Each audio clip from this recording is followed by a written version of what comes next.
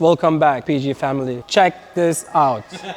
We have a very special guest and a very hard challenge. So we have another twin turbo project here. Thanks for giving us the opportunity. They choosing us, our very advanced turbo kit. So here's the challenge, guys. This car came in today. It's Friday around noon. Actually, it's afternoon. We have 24 hours to finish this car, wrap it up, put it in a tow truck tomorrow night, and then send it back. And the car just came in. We're inspecting everything. We'll be putting on the lift very soon. The tuning part is being done up front because our tuner is not going to be available over the weekend. It's Steve Pearson. So he's already patching the ECU, getting it done up front. So we're gonna have a base file once we finish it up, and then we're gonna do a couple of runs with the revisions. So stay tuned.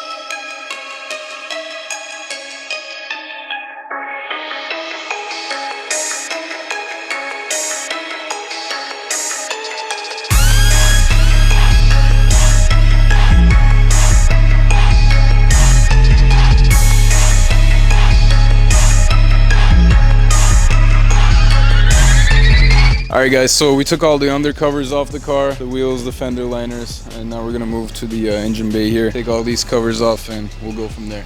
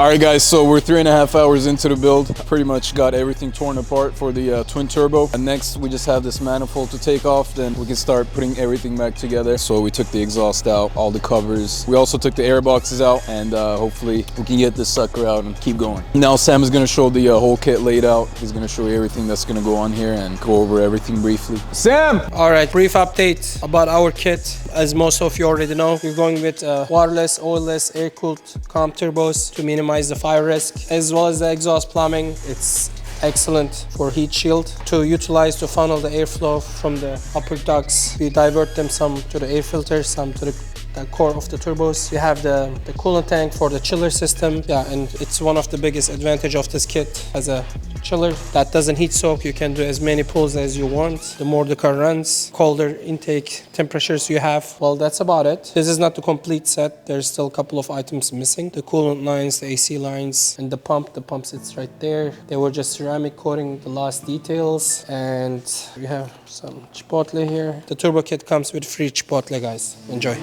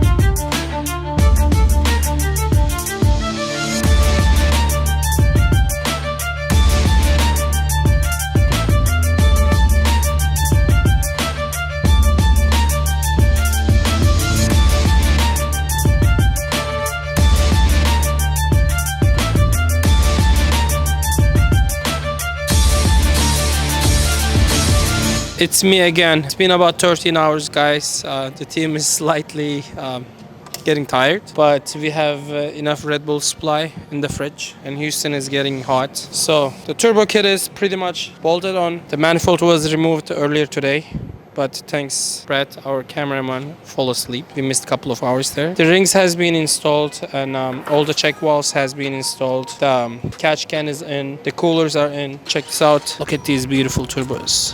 Oh.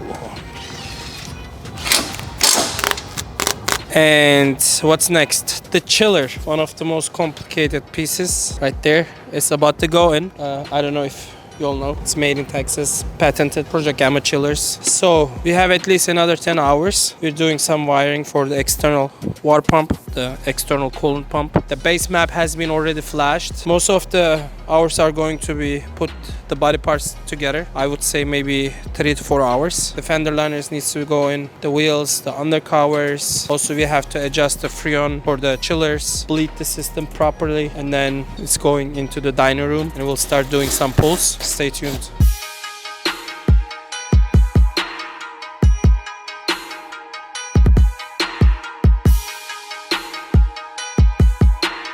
Alright guys, so we have the kit all mounted up, the chiller as well. So as far as the turbo kit, we're all installed and ready to go. Put the coolant in, we pumped the Freon gas for the chiller, and he just finished doing the oil change on it. And I think we're about getting close to starting this thing up and hopefully putting it on the dyno and getting it tuned. We're about, I believe, 18 hours in to this build. We're on schedule. We have a bunch of time left for tuning and everything.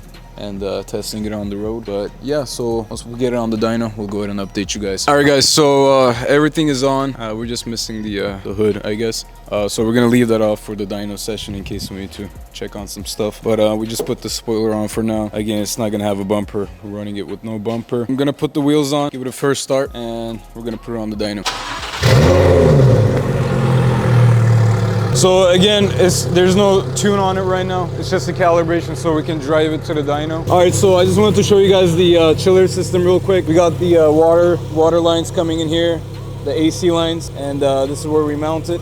And these AC lines go all the way to the front. Let me show you guys what that looks like. So we run it under the car, these two AC lines, and they come just like any of our chillers. They connect to the service ports of the car, so it's pretty simple. If you still need to service them, you still have ports to do so. And yeah, again, if you don't know how the chiller works or how our chiller is, we made a video on it on our channel, and you guys can check that out. We go into more in depth of how everything works, so check that out. And now we're gonna let it warm up a little bit, and then we're gonna drive it to the dyno.